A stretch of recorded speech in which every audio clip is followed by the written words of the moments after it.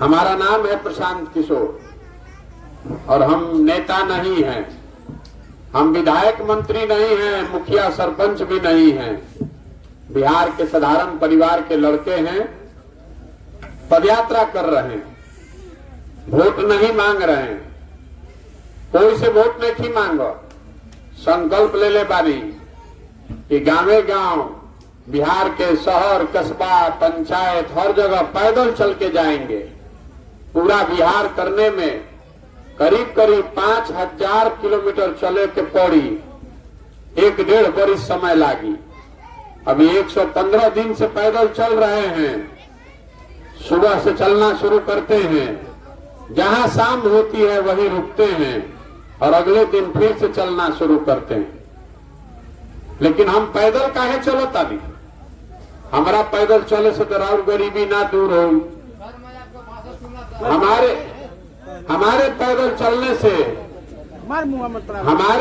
चलने से आपके बच्चों के पढ़ने की व्यवस्था नहीं होगी। हमारे पैदल चलने से बिहार में भ्रष्टाचार नहीं खत्म होगा। हमारे पैदल चलने से आपके बच्चों के पढ़ने की व्यवस्था नहीं बेहतर हो सकती है। हम 5000 किलोमीटर चली कि 50,000 किलोमीटर, ये सुधरे वाला नहीं थे। तो हम पैदल काहे चलता है? क्यों अपना घर परिवार सुख सुविधा सब छोड़ के ये रोज चल रहे हैं? पैदल इसलिए चल रहे हैं कि जिस समाज को, जिस राज्य के लोगों को बेहतर बनाना चाहते हैं, आपकी जिंदगी बेहतर बनाना चाहते हैं, एक बार आके अपनी आंख से देखें तो सही कि आप रहते किस कष्ट में, आपके गांव की दशा क्या है, आपके सड़कों की, आपके गलियों की, आपके नालियों की दुर्दशा क्या है। जिन विद्यालयों में आपके बच्चे पढ़ते हैं वहां शिक्षक है भी कि नहीं, वहां पढ़ाई होती है कि नहीं। जहां रोवा बीमार पड़ता नहीं, अस्पताल में जाता नहीं, और या डॉक्टर बाड़न की ना, दवा होता कि ना। जिस खेत में आप काम करते हैं वहां पानी की व्यवस्था है कि नहीं, जो फसल आप उगाते हैं उसका दाम आपको मिलता है कि नहीं। ये देखने चले हैं, समझने चले हैं। पदयात्रा का पहला उद्देश्य है कि बिहार के हर पंचायत का, बिहार का नहीं, बिहार के हर पंचायत के विकास का 10 साल का योजना बना रहे हैं। हम पैदल चलता नहीं, हमारा संगे 500-600 आदमी जो काम कर रहा है, देश विदेश से सारे लोगों को इकट्ठा किए हैं। हर पंचायत का विकास का योजना बनाना चाहते हैं। जब पदयात्रा खत्म हुई तो उस योजना को जारी करेंगे।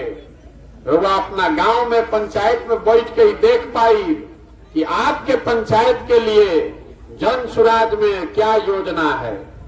उसमें ये बताएंगे कि गांव में गोइल रही तो जहाँ नाली नहीं खे, सड़क नहीं खे, वो कैसे बनावल जाए।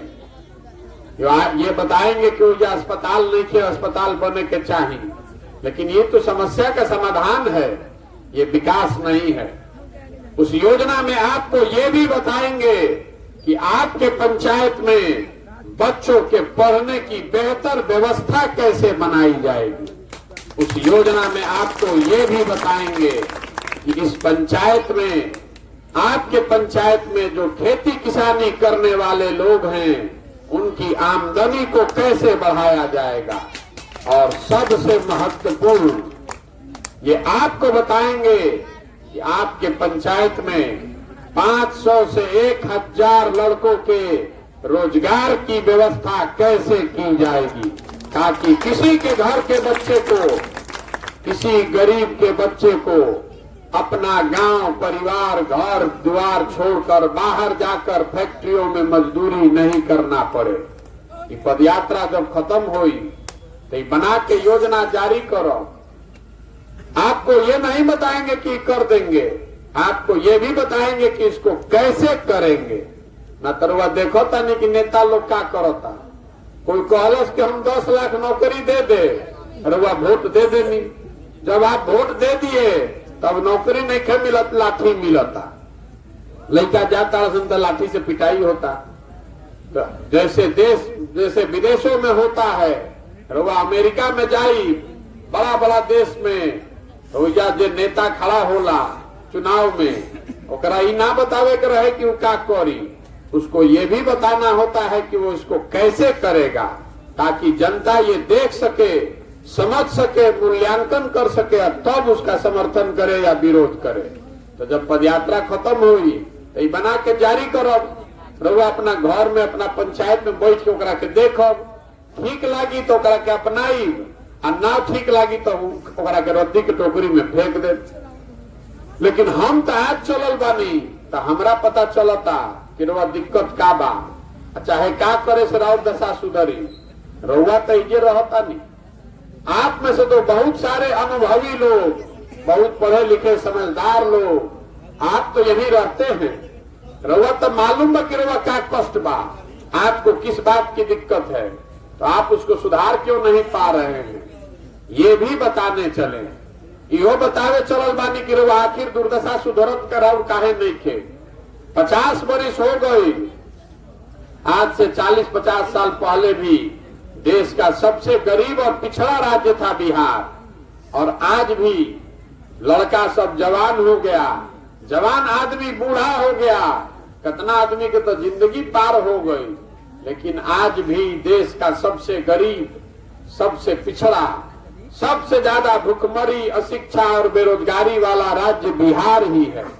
ये सुधरत नहीं थे, काहे नहीं के सुधरत इहो बतावे चलल बानी। देखी बिहार में रउआ जहां चल जाई, एकरा से बतियाई, सब कोई रउआ के बताई कि बिहार में भैया बहुत भ्रष्टाचार बा, एजा सड़क नहीं खे, नाली गली के हालत खराब बा, लइकन के पढ़े के व्यवस्था नहीं खे, रोजगार नहीं खे, फसल के दाम नहीं खे, खेत में पानी नहीं खे। ये सब बात रउआ जानता नहीं, लेकिन जहिया वोट होई वो दिन कौनो बात रउआ याद ना रही। जहिया वोट होता वो दिन बिहार के आदमी के तो खाली 2-3-4 गो बात याद बा। पहला बात, हमार जात का बा, आ के हमारा जात के खड़ा बा, चलो ओकरे के वोट दिया। जे जात से निकल जाता ओकरा के हिंदू मुसलमान बना के भारत, पाकिस्तान, पुलवामा, चाइना के नाम पर वोट लिया था।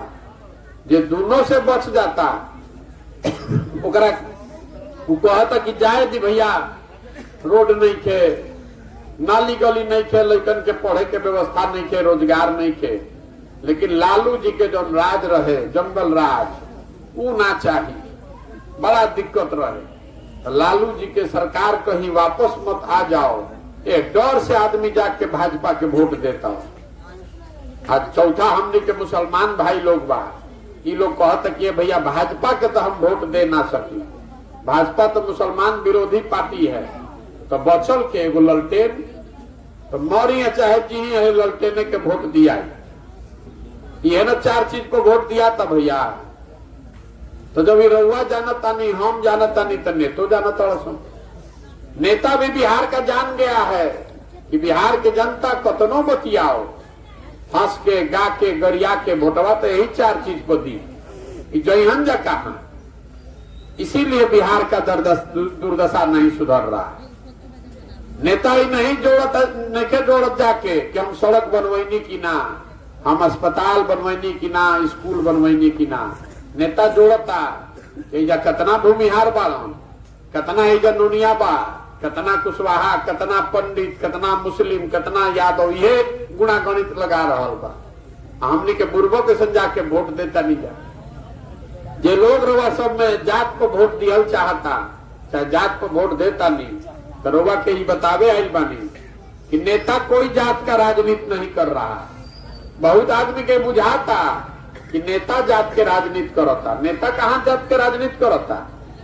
देखिए लालू जी बड़ा नेता आरजेडी के, लालू जी कहाँ कहता कि यादव समाज में जो सबसे काबिल आदमी है वो नेता बनेगा, और सब यादव जी भाई लोग आप लोग हमको वोट दीजिए। लालू जी नहीं कह रहे हैं, लालू जी कह रहे हैं कि हमारा लड़का नेता बनेगा और सब यादव जी लोग आप लोग हमको वोट दीजिए। तो ये जात के राजनीति कहाँ हुई? ये तो परिवार और स्वार्थ का राजनीति हुआ। और लालू जी को अकेले नहीं खन, कोई कुशवाहा के नेता बा, कोई पंडित के नेता बा, कोई महादलित अति पिछड़ा के नेता बा, सब ये कहता कि हम रहब, हमार लड़का रही, आ कुल जना हमारा जात के तो लोग वोट हमारा के दो जा। तो नेता जात के राजनीति नहीं कम करो, नेता करता अपन परिवार के राजनीति। और रउआ जात के नाम पर बुर्बक बन के ओकरा के वोट देता। रउआ बुझाते कि हमारे जात के आदमी उधर जीत के चल जाई तो हमारी स्थिति सुधर जाएगी, वो नहीं होने वाला। अगर आपके जात के आदमी के जीतने से आपकी स्थिति सुधरती तो बिहार में सब आदमी सुधर गए रही। कब ले सब जात के आदमी नेता हो गए, कोई सुधरा था भैया? कोई नहीं सुधर रहा है। जो जीत गया वो ऊपर चला गया। आपका और आपके बच्चों की चिंता आप ही को करनी पड़ेगी, कोई आपका मदद नहीं करेगा।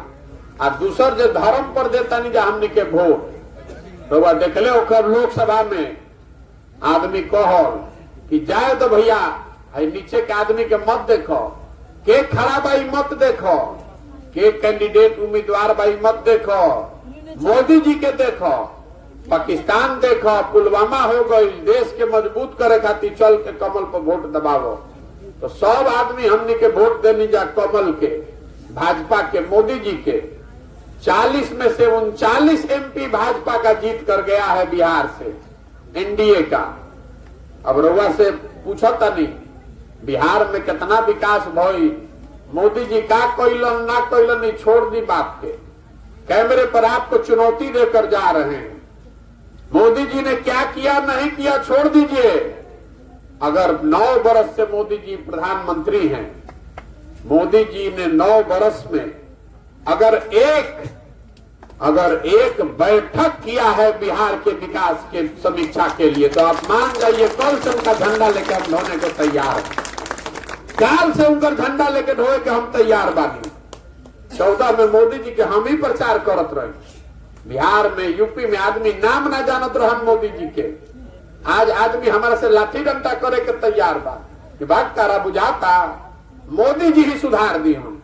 अरे भाई सुधरिहन कि ना सुधरिहन, हमने के एगो बैठक तो करतन कि भाई बिहार का करोड़ों लड़का, करोड़ों आदमी, महिला, पुरुष हमको आंख बंद करके कमल पर वोट दिया है। ये गरीब लोग हैं, बिहार भारत में सबसे पिछड़े हैं, हम पर भरोसा किया है। कम से कम एगो बैठक करके देखी तो कि भाई क्या कल जा सकेला। हमने के उतनो वोट नहीं खींचा दे लेकिन एगो बैठक हो सके 9 बरिस में, तो हमने से बुर्बक के बा कैसे सुधरी, यही बताने चले। वोट नहीं मांग रहे हैं, वोट नहीं की मांगो। गांवे गांव जाके हाथ जोड़ता नहीं आदमी के, अपना पैसा, अपना साधन सब लगा के गांव गांव जाकर हाथ जोड़ रहे हैं। अरे भाई अपना नहीं तो अपने बच्चों का चेहरा देखिए। अगर नहीं सुधरिएगा, जाति और धर्म से उठकर अपने बच्चों के लिए वोट नहीं कीजिएगा, अपने बच्चों के पढ़ाई के लिए, रोजगार के लिए नहीं वोट कीजिएगा, तो इस गरीबी, इस बदहाली से कभी नहीं निकल पाइएगा। लिख कर रखिए। आदमी को आता है कि भैया प्रशांत किशोर आइल बाबा बहुत होशियार आदमी हैं, भैया रउआ आगे आगे चली, रउआ सुधारी एकरा के, हमनी के रउआ संगे बानी जा। तो हम रउआ से कहे आइल बानी कि हमको आपका साथ नहीं चाहिए। जो समाज अपने बच्चों के साथ नहीं खड़ा है, जो आदमी अपने बच्चे के साथ नहीं खड़ा है, वो हमारे साथ क्या खड़ा होइएगा। हम पैदल चलता नहीं, 100 गो लड़का दौड़ता 100, तो देखता नहीं कि 50 गो के शरीर पर तो शुद्ध कपड़ा नहीं है, पैर में चप्पल नहीं है। आपका बच्चा आधा पेट खाकर खाना सो रहा है, आपका बच्चा पढ़ने जाता है, वो या पढ़ाई नहीं के हो, पिलवा वाला खिचड़ी बताता, रउआ ओकर चिंते नहीं के। रउआ तो धर्म जात में जुड़ाइल बानी, तो प्रशांत किशोर सुधार दी हन। एगो प्रशांत किशोर आएगा, उसकी 10 प्रशांत किशोर, ये नहीं सुधरने वाला, ये नहीं सुधर सकता है। आदमी को होता है कि भैया हमारा के नेता ठग ले लो। नेता आपको नहीं ठग रहा है, कोई रउआ के ठगी तो एक बार ठगी, 2 बार ठगी। अगर आप 50 साल से ठगे जा रहे हैं, इसका मतलब है कि कुछ गलती तो हमने में अपने में बा, हम लोग में गलती है।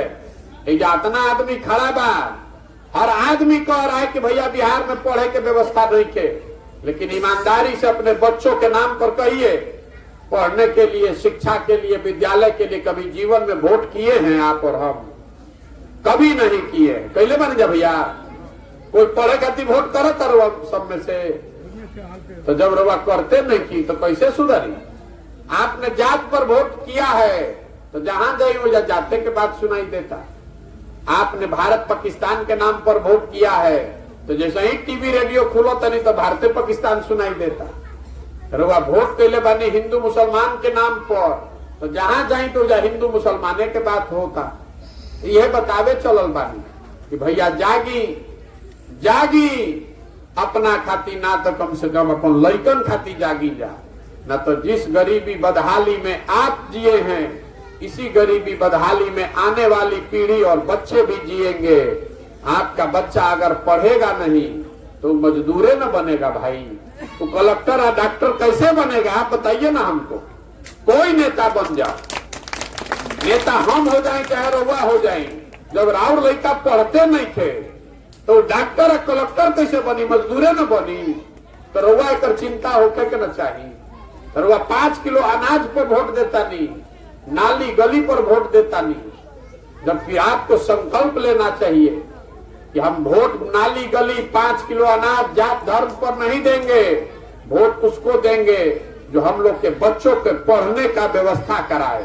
जब आपका लड़का पढ़ेगा, जब राउर लड़का पढ़ ली, नौकरी वगैरह लागी, तब न गरीबी से निकलो कि 5 किलो अनाज खाए से गरीबी से निकलो। हमारे दादा मजदूर रहा, बैलगाड़ी चलावत रहा, बनिहारी करके मजदूरी करके हमारे बाबूजी के पढ़ेलन तो बाबूजी हमारे डॉक्टर हो गए। बाबूजी डॉक्टर भइल बाड़न तब न हम पढ़ के जब बोलता नहीं। जब राउर लड़का पढ़बे ना करी तो कैसे सुधरी? हमरा के बताई। यही से पैदल चलता है। आदमी कहता कि भैया ये बात तो बुझाता, हमने के का करी जब विकल्प ना रहे बिहार में। दोनों तो हम लोग को धोखा ही दिया है। एगो नागनाथ है, एगो सांपनाथ है, जेकरे के वोट देता नहीं जाऊ काटता। रउआ दल बनाई तो हम दल काहे नहीं बनावो? हमारे दल बनाने से विकल्प नहीं बनेगा। बिहार में पहले ही से 50 गो दल बा। बिहार में दल कैसे बनेला? जे दल बनैलस वे हो गई दल के नेता। आइयो कह दिलस कि हमारा बाद हो हमार बेटा।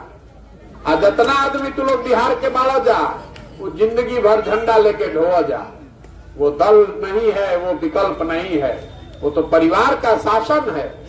अगर विकल्प बनना है तो जो रास्ता महात्मा गांधी ने दिखाया उस रास्ते पर चलना पड़ेगा। गांधी जी देश के आजाद कैसे करेलन?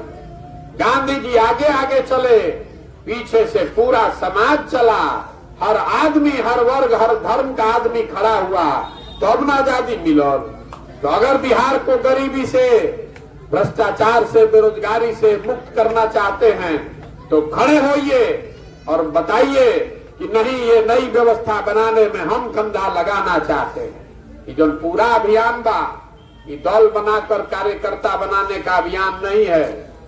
हम अपने पीछे चलने वालों को नहीं ढूंढ रहे हैं, हम ढूंढ रहे हैं ऐसे लोगों को जो हमारे साथ, हमारे बराबरी में चलने का जज्बा रखते हैं, जिनमें वो काबिलियत है, हुनर है, जज्बा है कि ना भैया हमने के मिल के एकरा के बना सकीला जा, अपना बच्चन खातिर हमने के मिल के बनावल जाए या सुधारल जाए। ऐसे लोगों को ढूंढ रहे हैं। पदयात्रा जब खत्म हुई तो इसका दूसरा लक्ष्य है कि पदयात्रा जब खत्म होगा, बिहार के गांव, शहर, कस्बा, पंचायत से हजारों लोगों को ढूंढ कर निकालेंगे और सबके एक साथ बैठाई, सब लोग मिल के तय करी कि दल बनावे के बाद तो बन जाए दल।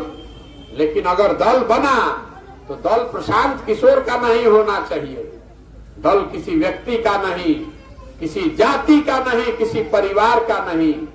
दल होना चाहिए बिहार के उन सारे लोगों का जो इसको मिलकर बनाएगा और आगे मिलकर ही चलाएगा।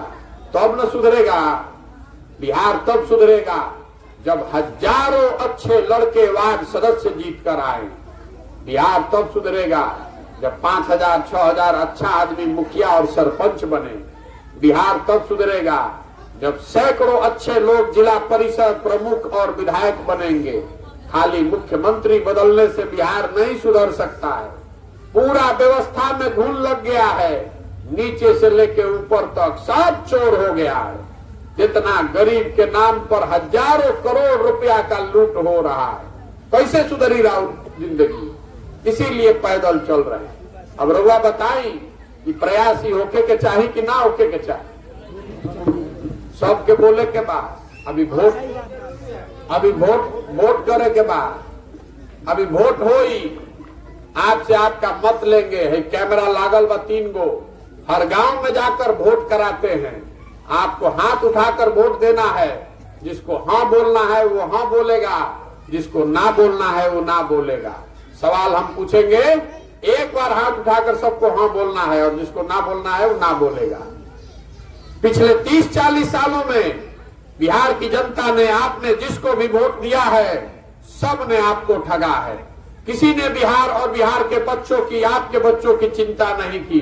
अब समय आ गया है कि बिहार की जनता मिलकर अपने और अपने बच्चों के लिए गांधी जी के बताए हुए रास्ते पर चलकर अपना विकल्प बनाए, जनता का विकल्प बनाए।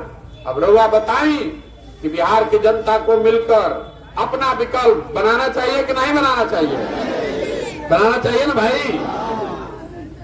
आदमी कहता कि भैया इतना बात बुझा गई एकदम हमने के पानी के संगे। ये बताई कि चुनाव कैसे जीतल जाये? हमने के गरीब आदमी, हमने भी जो न संगठन बा न पैसा बा, चुनाव कैसे जीतल जाए? आपको वो भी बताने आए हैं। लोकतंत्र में जन बल के आगे कोई बल नहीं है। जिसका बटन आप दबाते हैं वही राजा बनता है। जब तक आप बटन नहीं दबाइएगा कोई राजा नहीं बन सकता है, कितना बड़ा भी दल होके। एक बार आप खड़े हो जाइएगा, अपने और अपने बच्चों के भविष्य के लिए खड़े हो जाइएगा। जाति धर्म से ऊपर उठकर 5 किलो अनाज नहीं, नाली गली नहीं, अपने बच्चों के पढ़ाई और रोजगार के लिए खड़े हो जाइएगा तो कोई नेता, कोई दल, कोई समीकरण आपके सामने टिकने वाला नहीं है। आज हमरा के जानता, जे हमार नाम सुन ले बा ओकरा पता बा कि प्रशांत किशोर के और कुछ आवे चाहे नहीं, चुनाव लड़ाने आता है। हम पिछले 10 साल में देश में जिसका भी हाथ पकड़े हैं वो दल, वो नेता कभी चुनावे नहीं हारा है। इस बार संकल्प लिए हैं कि किसी दल का नहीं, नेता का नहीं, आपका, जनता का हाथ पकड़े हैं, बिहार की जनता का हाथ पकड़े हैं। जिसको भी आप, बिहार का समाज चुनकर निकाल देगा, उसी के पीछे, चाहे वो गरीब हो, अमीर हो, अगड़ा हो, पिछड़ा हो, हिंदू हो, मुसलमान हो, महिला हो, पुरुष हो, जिसको भी समाज चुनकर निकालेगा उसी के पीछे अपनी पूरी ताकत, शक्ति, पैसा, बुद्धि सब लगाएंगे और आपके समर्थन और आशीर्वाद से उसको जिता कर लाएंगे। सब बनेगी जनता का सरकार। तो आप बताइए कि प्रयास होके के चाहिए कि ना होके के चाहिए? होके के चाहिए ना भाई। तरवा से हम वोट मांगत नहीं थी, चंदा हम लेते नहीं हैं, किसी का एक कप चाय भी नहीं पीते हैं। आपन चाय और खिचड़ी भी आपन गाड़ी में लेके चलता और नजर घुमा के देख ली, कहीं एगो आपन फोटो भी ना लगाई। आपसे मांगने आए हैं आपका समर्थन और आशीर्वाद। ये कठिन काम है। 50-60 साल में बिहार में किसी का हिम्मत नहीं पड़ा है इस काम को करने के लिए। अगर इसमें सफलता मिलनी है तो ऊपर वाले की कृपा चाहिए और आपका आशीर्वाद चाहिए। राउर आशीर्वाद लेवे आई बानी। अगर आपको लगता है कि जो काम हम कर रहे हैं ये बिहार के समाज के हक में है, बिहार के बच्चों के हक में है, तो एक बार हाथ उठाकर आशीर्वाद दीजिए। है ना आपका आशीर्वाद? करें ना प्रयास? है ना भैया आशीर्वाद आपका? एक अंतिम बात कहकर खत्म करेंगे। हमने के बाहर जाता नहीं जा बिहार से, हमने के बच्चा, हम लोग का बच्चा बाहर जाता है पढ़ने, हम लोग का बच्चा बाहर रोजगार करने, मजदूरी करने जाता है मजबूरी में, तो बाहर जाके कहता है बिहारी मतलब बेवकूफ, बिहारी मतलब अनपढ़। हम लोग के बच्चों को गाली दी जाती है, जलील किया जाता है। ये बिहार के लोग, हम और आप बेवकूफ लोग हम लोग नहीं हैं। ये तो ज्ञान की भूमि रही है। देवताओं को भी बिहार में आकर ज्ञान मिला है। बिहार के लोग बेवकूफ नहीं हैं, यहाँ के नेताओं ने, व्यवस्था ने हम लोग को बेवकूफ बना दिया। एक बार आप जग जाइएगा, अपने बच्चों के लिए जग जाइएगा, तो आप में वो काबिलियत है कि आप ऐसी व्यवस्था बना सकते हैं कि जो लड़के आज बाहर फैक्ट्रियों में मजदूरी कर रहे हैं, वही लड़के बिहार में आएंगे, फैक्ट्री लगाएंगे और चलाएंगे। आप देखिएगा, ये हम लोग की जिंदगी में होगा। आदमी कहता, ये भाई इतना बतियावता रहो, अपना खातिर का चाहता हो। बहुत आदमी को लग रहा है कि मुख्यमंत्री बने आई बात,